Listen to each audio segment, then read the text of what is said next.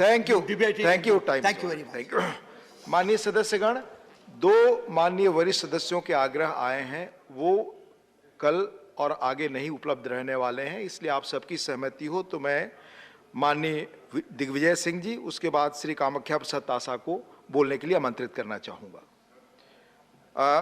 माननीय दिग्विजय सिंह जी।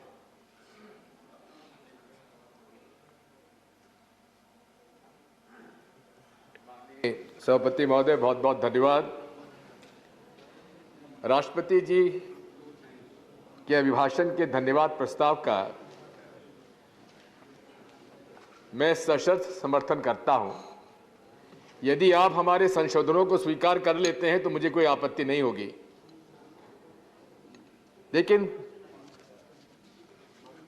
माननीय सभापति महोदय, शासन की नीतियों पर की गई कार्रवाई, वो आगे की योजना, ये इसमें उसका उल्लेख होता है। लोकतंत्र में जो पार्टी शासन में होता है उसकी विचारधारा क्या है, उसी पर शासन की नीतियां निर्भर करती है। 2014 में मोदी जी की सरकार आई, वादे किए काला धन वापस आएगा, महंगाई कम करेंगे, बेरोजगारी बढ़ेगी, 15 लाख जेब में आ जाएंगे। 15 लाख का तो वो अमित शाह जी ने कह दिया जुमला था, तो जुमला मान लीजिए, लेकिन इनका तो उल्लेख आपने 2014, 2015, 2016 के राष्ट्रपति अभिभाषण के अंदर उसका उल्लेख किया है आपने, तो कौन सा आपने उसकी पूर्ति की है? माननीय सभापति महोदय, इनकी सोशियो इकोनॉमिक पॉलिसीज क्या थी, इसका मैं उल्लेख ब्रीफली करना चाहता हूं। हमारे लीडर ऑफ अपोजिशन साहब ने बड़े विस्तार से इस बात का उल्लेख किया है। 7 साल में अमीर और गरीब की खाई बढ़ती चली गई है। अमीर अमीर होता चला गया, गरीब गरीब होता चला गया।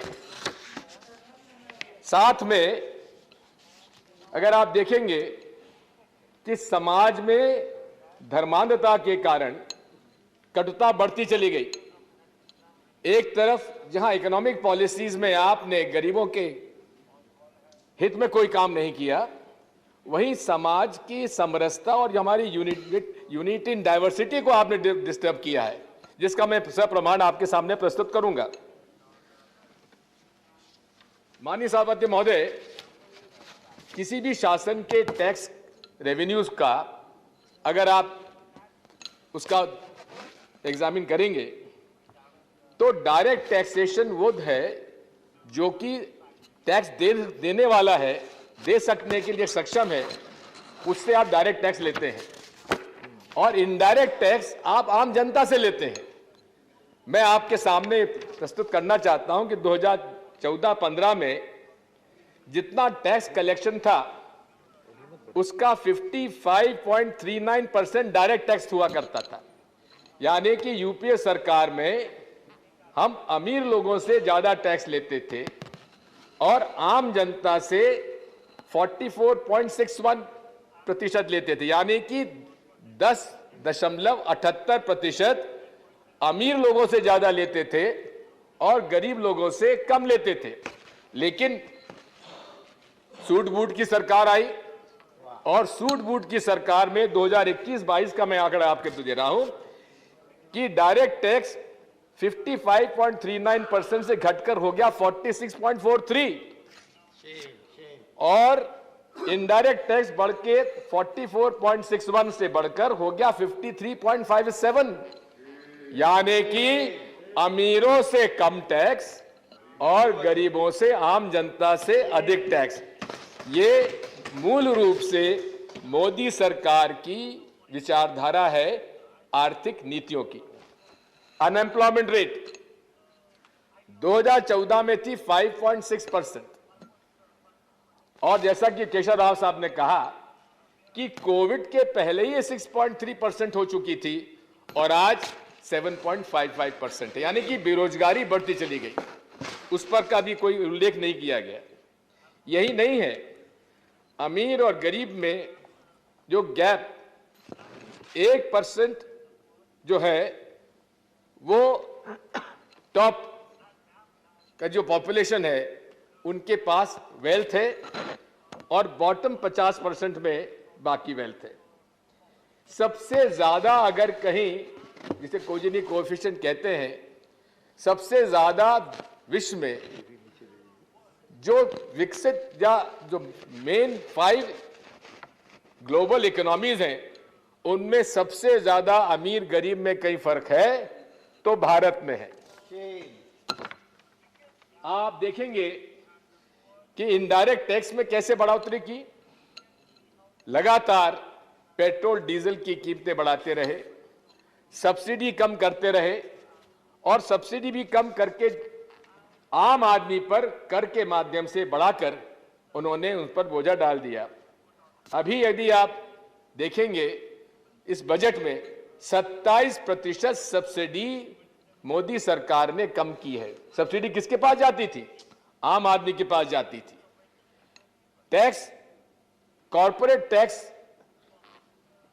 पर कोई फर्क नहीं पड़ा। हम तो कहते हैं कि जहां कोविड के जमाने में भी अधिक से अधिक पैसा जिन लोगों ने कमाया है, जिनकी वेल्थ में बढ़ोतरी हुई है, उन पर सुपर रिच पे टैक्स क्यों नहीं लगाते? आप वसूल करिए, लेकिन आम जनता पर आप बोझ डाल रहे हैं, आम जनता को हर चीज महंगा करके दे रहे हैं। ये आपकी नीति है। मैं ये भी कहना चाहता हूं कि अभी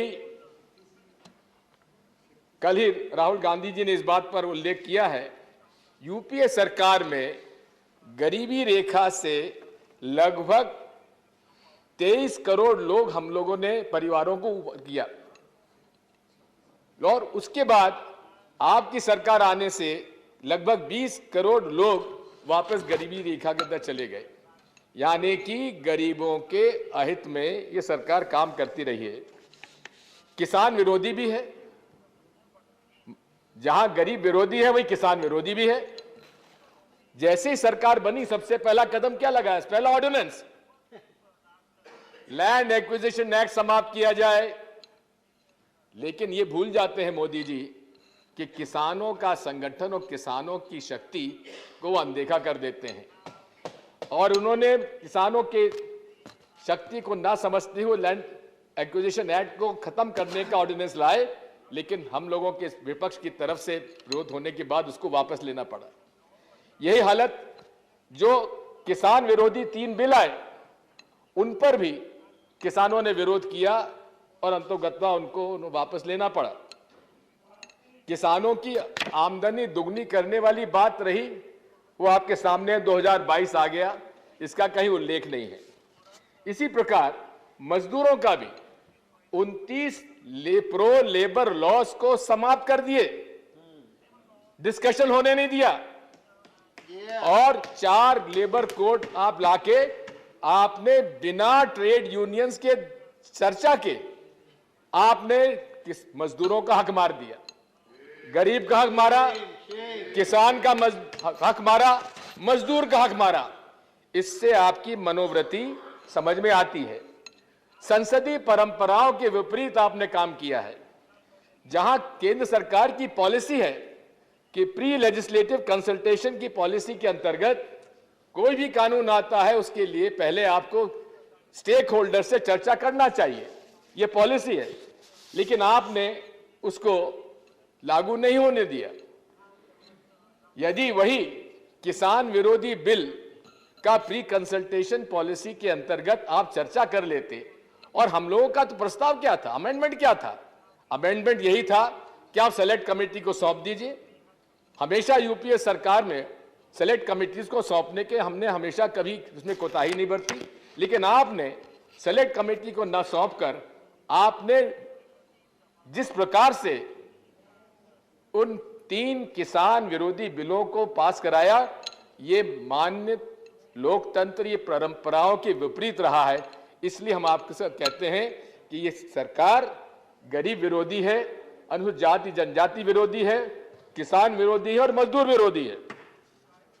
सामाजिक समरसता, ये देश में जो डाइवर्सिटी है, ये किसी और देश में आपको देखने को नहीं मिलेगी। लेकिन आपका सोच और विचार शुरू से ही एक वर्ग को अराष्ट्रीय, राष्ट्रद्रोही करार करने का पूरा प्रयास आपने किया। सामाजिक कटुता बढ़ी है, धार्मिक उन्माद फैलाने के लिए प्रोत्साहन मिला है। किस प्रकार के भाषण हो रहे हैं, धर्म संसद हो रही है, हरिद्वार के अंदर धर्म संसद हुआ, पिस्तौल उठा लीजिए, जेनोसाइड के लिए कॉल किया गया। जहां माननीय प्रधानमंत्री जी किसी के उंगली में चोट हो जाती तो ट्वीट करते हैं, लेकिन ऐसे उन्माद फैलाने वाले भाषणों के खिलाफ एक शब्द नहीं बोले। ये दर्शाता है उनकी मानसिकता। मोदी जी की मानसिकता वही है जो मूल रूप से जिस संगठन से ये जुड़े हुए हैं उसकी विचारधारा है। जिस संगठन ने फूट डालो राज करो की नीति जिन्होंने ब्रिटिश हुकूमत से सीखी, वही आज फूट डालकर आज इस देश में कटुता फैलाने जा रहे हैं। इसी तरह से माननीय सभापति महोदय, इस विचारधारा, मैंने आपसे कहा था कि जो भी नीतियां बनती हैं, शासन कार्रवाई करती है, उसकी विचारधारा पर आधारित होती है। अब ये विचारधारा कहां से उत्पन्न होती है? ये विचारधारा मूल रूप से उस संगठन की है जो पूरे तरीके से इस देश में वैमनस्यता और धर्मांधता फैला रहा है, जिसका लोकतंत्र में विश्वास नहीं। जिस विचारधारा की आप बात कर रहे हैं, जिसके आधार पर आप नीतियां बना रहे हैं, वो अपंजीकृत है, रजिस्टर्ड नहीं है, उसकी कोई सदस्यता नहीं है, उसका कोई अकाउंट नहीं है। उसने संविधान का विरोध किया, बाबा साहब अंबेडकर का विरोध किया। बाबा साहब अंबेडकर के आपने उदाहरण यहां पर दिया है फ्रेटर्निटी इक्वलिटी का, लेकिन ये संस्था, मैं उसका नाम नहीं लेना चाहता, ये संस्था के विचार पूरे तरीके से इस देश के संविधान और इस देश की लोकतांत्रिक जो मूल्य है उसके विपरीत है, क्योंकि इस संस्था को लोकतंत्र में विश्वास ही नहीं है। साथ ही में इस विचारधारा ने शुरू में ही कहा था मनुस्मृति का पालन होना नहीं किया गया है, इसके लिए उन्होंने संविधान जलाया, संविधान का विरोध किया, तिरंगे को जलाया, भ्रम फैलाना चाहते हैं। अमृत महोत्सव की बात कर रहे हैं, लेकिन अमृत महोत्सव में आजादी की लड़ाई में भाग लेने वालों का उल्लेख तक आपने नहीं किया। ठीक है, आपको नफरत है, कांग्रेस से नफरत है, महात्मा गांधी से नफरत है, पंडित जवाहरलाल नेहरू, सरदार पटेल से भी नफरत हो सकती है, लेकिन शहीद भगत सिंह का नाम तो ले लेते। आप अशफाकुल्लाह जी का नाम तो ले लेते, आप चंद्रशेखर आजाद जी का नाम तो ले लेते, शायद उनसे भी आपको नफरत रही है। श्यामा प्रसाद मुखर्जी के बारे में कहते हैं कि उन्होंने कश्मीर के मामले में 370 में उन्होंने विरोध किया था। हाँ, विरोध किया था 1952 में, लेकिन जब 370 संविधान का अंग बना तब वो कैबिनेट के अंदर थे, कैबिनेट में उनका समर्थन था। इसलिए आप गलत कहते हैं कि article 370 was opposed by Mr. Shyam Prasad Mukherjee. He supported. आप समाप्त करें Please, I'll take 2-3 minutes, sir. समाप्त करें। सर, ये फांसीवादी सोच है, और फांसीवादी सोच जो होती है, ये मूल रूप से उसका कार्य करने का तरीका होता है कि फला व्यक्ति और फला समूह ये हमारा दुश्मन है, और दुश्मन के खिलाफ जो होगा वो राष्ट्रभक्त है, और जो दुश्मन का समर्थक होगा वो राष्ट्रद्रोही है। और ये राष्ट्रद्रोही के मामले में ही अगर आप समझेंगे, देखेंगे माननीय, कि किस प्रकार भीमा कोरेगांव केस में, एक उदाहरण आपको देता हूं, भीमा कोरेगांव में किस प्रकार से यह षड्यंत्र रचा गया कि नरेंद्र मोदी जी की हत्या करने के लिए कुछ लोग इकट्ठे हुए, और 17 सोशल एक्टिविस्ट के खिलाफ उनके खिलाफ मुकदमे दायर किए गए, लेकिन 3.5 साल हो गए माननीय सभापति महोदय, आज तक उसकी चार्जशीट पेश नहीं की गई। ये नेशनल इन्वेस्टिगेटिव एजेंसी का ये काम करने का 2-3 minute sir, 2-3 sir, please let me already 4 minute हो चुके हैं। Let me conclude sir, let me conclude. तो मैं आपसे कहना चाहता हूं कि आप इस सरकार के लिए जो आप पैरवी कर रहे हैं माननीय राष्ट्रपति महोदय, इसने हर मूल्य लोकतंत्री मूल्यों का इन्होंने हनन किया है।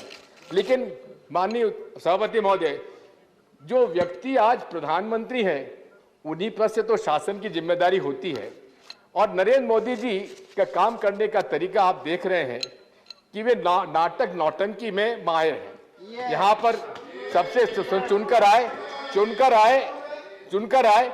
Sir, I am not yielding sir, ना आए तो सदन पे आके उनके सदन पे आके आपने सीढ़ियों को दंडवत किया, संविधान को आपने नतमस्तक हुए, लेकिन आपने पूरे प्लीज मेरा आपसे अनुरोध है कि माननीय मंत्री जी यहाँ पर विराजमान है, एक हमारी तरफ से हाथ जोड़कर माननीय प्रधानमंत्री जी को सलाह दीजिएगा कि थोड़ा बहुत सलाह हम लोगों की भी मान लिया करें, क्योंकि ये प्रजातंत्री व्यवस्था में जब तक आप सलाह मशवरे से काम नहीं करेंगे एक तंत्र राज नहीं चल सकता। इसलिए मैं आपसे कहता हूं, आप सबसे अनुरोध करता हूं कि हमारे सुनिए माननीय अध्यक्ष सभापति महोदय, ये बड़ा जरूरी है, आपसे अनुरोध करना चाहता हूं कि पूरे तरीके से ये सिंगल मैन कैबिनेट है और जैसा कि कहा गया है कि निंदक नीरे राखिए, ये निंदक ही हम लोग, निंदक नीरे राखिए आंगन को छवाए। अगर हम लोगों की बात और सलाह मानेंगे तो आप गलती नहीं करेंगे, लेकिन अगर आप सलाह हमारी नहीं मानेंगे तो जिस तरह से गलतियां आप करते चले आ रहे हैं, इस देश को बर्बाद कर रहे हैं, इसलिए आपका नुकसान होने वाला है। धन्यवाद। पॉइंट ऑफ ऑर्डर पे थे, प्लीज कुछ पॉइंट ऑफ ऑर्डर।